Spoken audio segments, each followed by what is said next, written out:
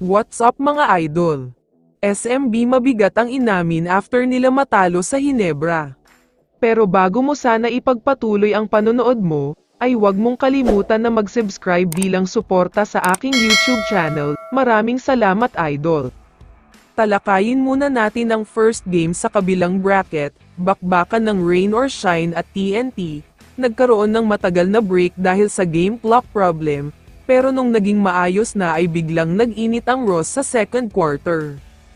Pero sa third quarter ay sobrang init ang TNT, may part pa nga na gumawa sila ng 10-0 run kaya dito na nagsimulang lumobo ang kalamangan, tahimik talaga ang Rain or Shine dahil wala silang may pasok na kahit anong tira.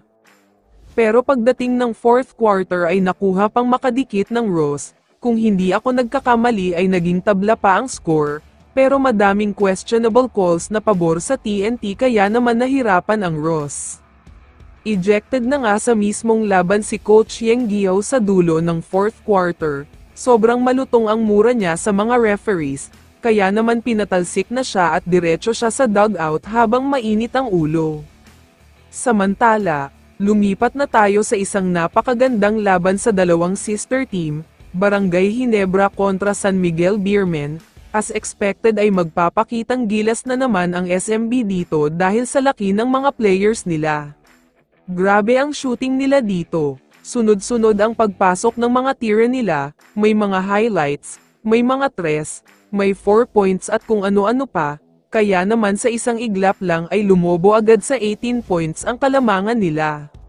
Pero sa second quarter naman ay biglang gumawa ng run ang Barangay Hinebra. Mainit bigla ang shooting nila dito, kaya naman sa pagtatapos ng quarter na ito ay bumaba sa 8 points ang kalamangan na hinahabol nila.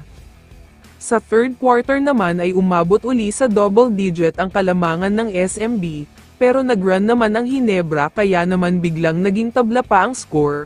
Grabe din kasi ang laro ni Jopeth Aguilar sa quarter na ito. Sa fourth quarter naman, talo na dapat ang Hinebra dito dahil lumobo uli ang kalamangan ng SMB, pero biglang nag-comeback sila dito, nagkaroon pa ng chance ang Beermen na manalo pero hindi na ipasok ang last shot.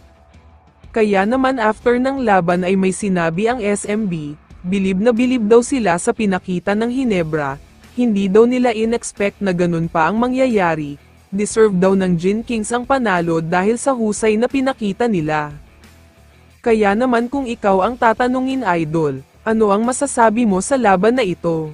I-comment mo naman ang sagot mo sa tanong na ito. So dito na nagtatapos ang video na ito. Maraming salamat sa pagsuporta at panonood mga idol. Ingat at bye-bye.